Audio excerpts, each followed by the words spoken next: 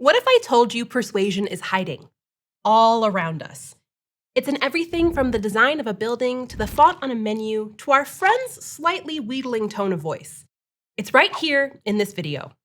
All of these things are part of efforts to communicate information that could influence our choices. By making an effort to figure out when someone wants to persuade us, we can protect ourselves from persuasion that isn't in our best interest. Like if someone comes up to us and starts assertively explaining a too-good-to-be-true credit card offer, we can use our understanding of persuasion to assess what's true and what's less than true. We might ask clarifying questions or flat-out decline offers we don't need. And by exploring the many forms persuasion can take, we can craft better, more precise arguments or situations and even use those powers for good. There's no real way to live in a community and escape persuasion. So it's important to understand when it's happening, how it can be used, and make our choices with that understanding in mind. Because once we start thinking about persuasion, we start to see it everywhere. I'm Cassandra Ryder, and this is Study Hall Intro to Human Communication.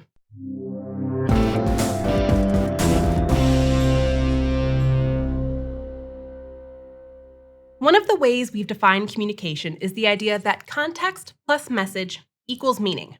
Now, I promise that's all the math we're doing today. We'll leave that to Jason in his series. And context where we're trying to influence or change others is part of what we call persuasion. Now, there are a ton of contexts where communication changes and influences the world in some way. But when the intent is also there, we're stepping into the world of persuasion. So we define persuasion as the kind of communication intended to influence choices. Because the word persuasion is used in so many contexts, studying it closely helps us to figure out what persuasion is and isn't. We're focusing here on what's known as pure persuasion.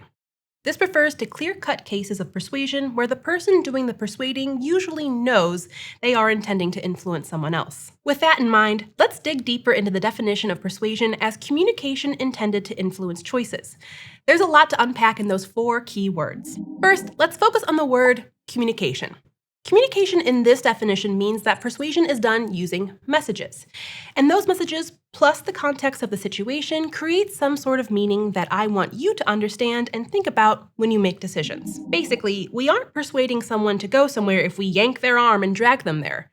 Symbols and messages include spoken or written words or symbolic actions like protests. But physical force is coercion, which is making people change using threats or force, not persuasion. Next, let's think about the intended part of the definition.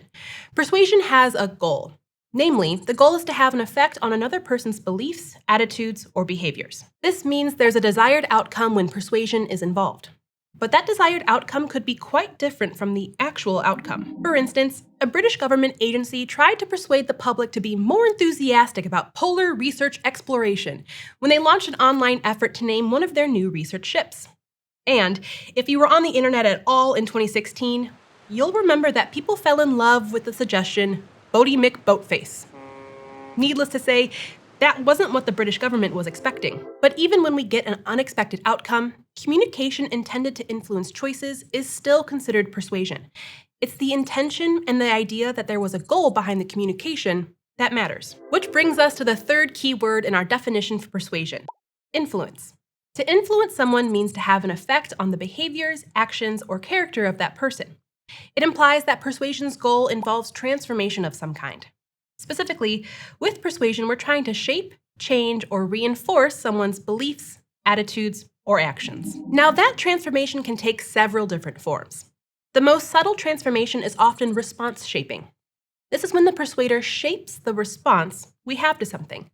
Like they might get someone to discover something new and have a particular viewpoint. For instance, a movie trailer shows us scenes with a lot of action and drama in hopes of shaping our response and perception of that movie favorably. Another category of transformation involves getting people to change what they're doing, which is called response changing. One way to change someone's response is through encouragement, which is when a persuader encourages and ultimately gets someone to start doing something they aren't doing already. You can see this technique in public health initiatives that inspire people to exercise more or eat a balanced diet. On the flip side, when a persuader tries to stop someone from doing something, we can call that extinguishing, since they extinguish some sort of response or behavior. For example, a large amount of persuasive power has been put behind getting smokers to quit and help them work through their addiction. Finally, there's response reinforcing, which is when a persuader gets someone to continue doing something or reinforces their behavior. Like a local fitness gym running a campaign to get members to keep coming in for workouts in February and March when people's commitment to New Year's resolutions to exercise start to wane. If the gym can help their members keep their exercise habits going, they get to keep customers, which is a lot more profitable than having to find new customers. With defined categories of influence, we start to see subtle pushes and pulls in everyday communication.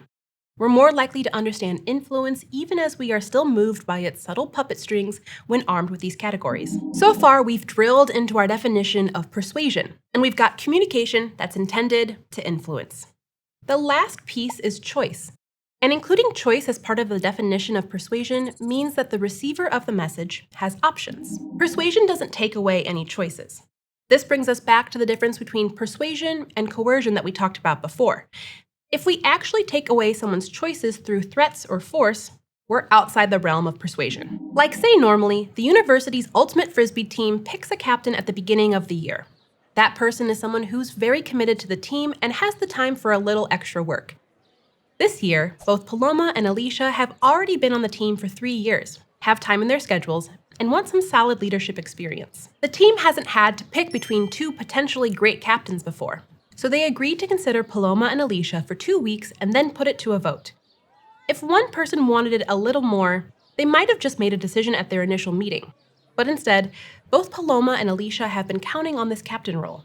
So whatever they do next, both Paloma and Alicia fully intend to get people to vote for them. Paloma and Alicia both get to work communicating in ways that are clearly intended to persuade people to vote for them, and trying out different influence techniques. Paloma tries response changing by encouraging.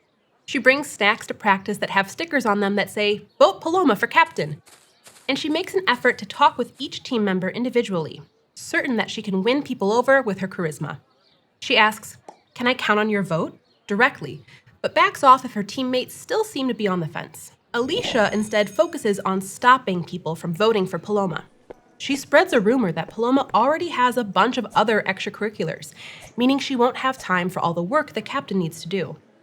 Her approach strays a little closer to manipulation than persuasion. In the end, both intended to communicate a message that influenced the team's choice for captain. And even though their strategies were different, the team still had options and got to make their decision. But Paloma's enthusiastic approach was more persuasive and earns her the captain role. Even though both Alicia and Paloma had the intent to influence their teammates' choices, most of us have a gut reaction about which was a better way to persuade. And gut reactions can be important signals. When someone uses a lot of persuasion techniques on us in rapid succession, it can leave us feeling icky. We might even feel like their efforts at persuasion are actually manipulation, which is situated in the murky middle between pure persuasion and coercion. Manipulators are often trying to get us to make the decision they want without giving us the space to think about our own best interests. Manipulation doesn't fully eliminate choice, like coercion, but a manipulative strategy might attempt to limit our awareness of the choices we have. That's not to say that learning about persuasion makes us manipulators. We can use persuasion in ways that mutually benefit everyone involved or simply benefit someone we care about. Like when we tell a child how healthy they'll be if they always eat their veggies. And when we see that someone has successfully used manipulation to get what they want, it's important that we understand why they were so persuasive so that we can avoid being taken advantage of by manipulators in the future. But let's not pretend it's easy to be morally upstanding people all the time. We will have to make our own choices about what's an ethical way to persuade and what crosses the line into unethical manipulation. And that can be hard to do when we have our heart set on a particular outcome. But with our awareness of what persuasion is and isn't, we can see our choices more clearly. Paloma made the decision to be open about her intent and communicate what she believes would make her a good captain for the ultimate frisbee team. She effectively persuaded her fellow team members that her being captain would be in the team's best interest. Alicia, on the other hand, crossed the line into manipulation by sharing false information that served only her interests. That attitude shaped people's perceptions of her leadership potential. For the worse. We've explored the 4 key aspects of persuasion, but different types and attempts at persuasion really are everywhere. So in another video, we're going to delve into the ways that persuasion is accomplished through the 6 primary principles of persuasion that researchers have identified. We'll also get into how to evaluate whether the ways we're being persuaded are ethical or unethical. This analysis helps us make better choices and resist persuasive efforts that aren't in our best interest. With persuasion hiding everywhere, there's no way we can't hide from it. But we can spot it around us and in our own behavior, and that gives us the chance to make decisions in a more informed way. Both decisions about how we respond to people's efforts to persuade us and how we make efforts to persuade people. Thanks for watching Study Hall, Intro to Human Communication, which is part of the Study Hall project, a partnership between ASU and Crash Course. If you liked this video and want to keep learning with us, be sure to subscribe. You can learn more about Study Hall and the videos produced by Crash Course and ASU in the links in the description. See you next time!